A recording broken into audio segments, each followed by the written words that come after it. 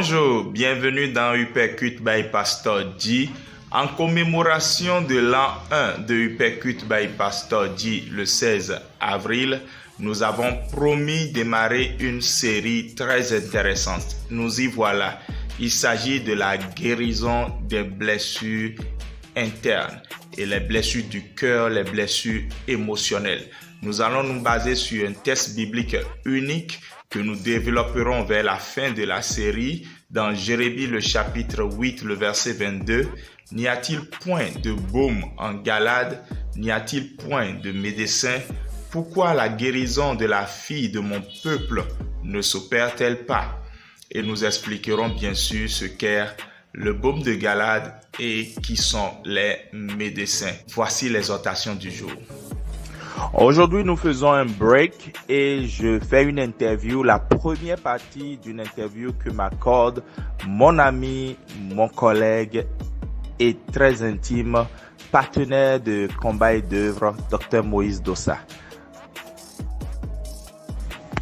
Bonjour Dr Moïse Dossa, vous êtes un ami à moi et merci de me faire l'honneur d'être le premier invité à être interviewé sur la série que nous avons démarrée concernant la guérison des blessures émotionnelles. Merci de me faire ce plaisir au nom de l'amitié qui est entre nous. Je rappelle à toute fin utile que vous êtes pasteur, que vous êtes psychiatre, que vous êtes formateur, des formateurs pour les questions de couple et que vous avez fait l'Institut Agaï. Tout cela par la grâce de Dieu. Et docteur, ma première question, les blessures émotionnelles, ça existe vraiment ça? Et surtout dans l'église, bon, parce que nous on a le Saint-Esprit, on a Dieu. Est-ce qu'on doit encore parler de blessures? Bonjour cher pasteur J. C'est un plaisir pour moi d'être associé à cette belle œuvre que le Seigneur t'a confiée et que tu fais avec beaucoup d'engagement, de détermination et de persévérance. Que le Seigneur te bénisse et soutienne cette œuvre et bénisse tous ceux qui reçoivent Uppercut by Pastor G.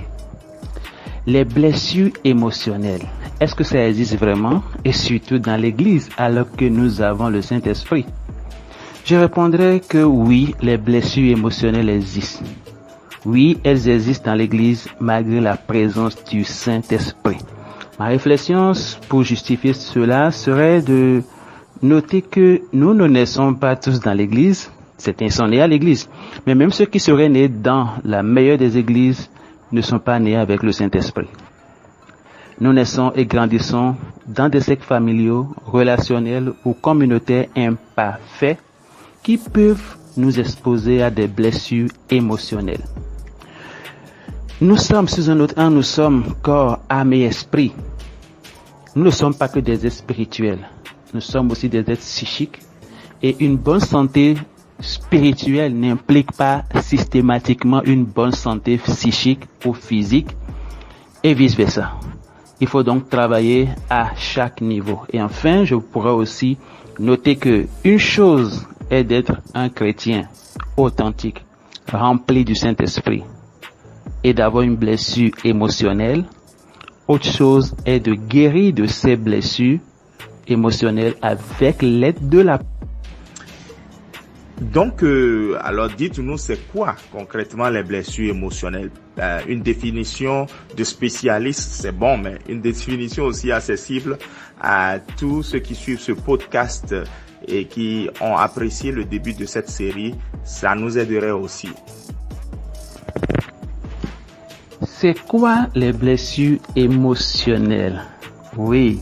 Tu veux pas d'une définition de spécialiste et ça tombe bien parce que je ne suis pas spécialiste de blessures émotionnelles, bien que étant psychiatre, donc spécialiste de santé mentale.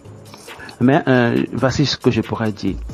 Je me pose aussi la question, mais pourquoi on parle de blessures émotionnelles? Parce que je sais, ce n'est pas les émotions qui sont blessées. D'accord. Blessure émotionnelle n'est pas synonyme de blessure des émotions. Certainement pas. Parce que les émotions sont juste l'expression de quelque chose. Donc, on va entendre blessure émotionnelle comme une blessure qui s'accompagne certainement d'émotions vives. On va dans ce sens. Et la question serait de savoir qu'est-ce qui une fois blessé, amène ses émotions vives. Et je dirais, c'est l'âme. Mais ici, l'âme entendue comme appareil psychique, cette instance immatérielle qui au niveau du cerveau implique plusieurs structures et qui est le siège de nos pensées, de nos émotions, de nos sentiments, de nos décisions, de nos valeurs, de notre conscience de soi et du monde, etc. C'est cette âme-là blessée qui va être donc ce qui va amener la blessure émotionnelle. Et je voudrais à ces niveaux aussi de clarification nuancer blessure émotionnelle et traumatisme psychique. En fait, sur le fond, le traumatisme, c'est une blessure. Le trauma rencontre une blessure. Donc, on aurait pu dire que ces deux expressions s'équivalent, sont synonymes, en théorie, mais l'usage les distingue. Généralement, l'usage concède au traumatisme psychique un événement brutal, imprévisible, qui est en dehors de l'expérience humaine commune, qui engage une confrontation à la mort, soit à sa propre mort ou à la mort d'autrui, et qui entraîne une réaction souvent émotionnelle immédiate, et puis dans le temps, des réactions qui peuvent arriver jusqu'à ce qu'on peut parler d'état de stress post-traumatique et autres. Alors que la blessure émotionnelle, me semble, va rendre compte de différentes situations. Elles peuvent être uniques ou répétées, brutales ou insidieuses et prolongées dans le temps, survenant surtout pendant l'enfance et parfois même avant la naissance de la personne blessée. Donc, voilà comment... Oh, nous sommes déjà à la fin de cet entretien, mais ce n'est que la première partie. Il reviendra nous faire des révélations complètement explosives. Même moi qui vous parle, en écoutant cette deuxième partie de l'interview que vous retrouvez demain, je ne m'en reviens pas.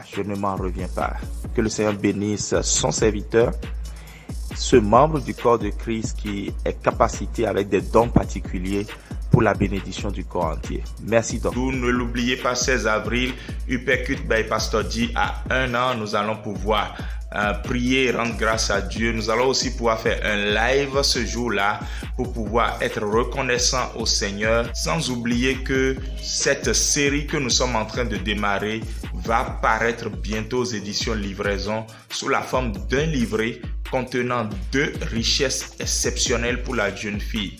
Gardez le rendez-vous. Que le Seigneur vous bénisse. Shalom et à la prochaine.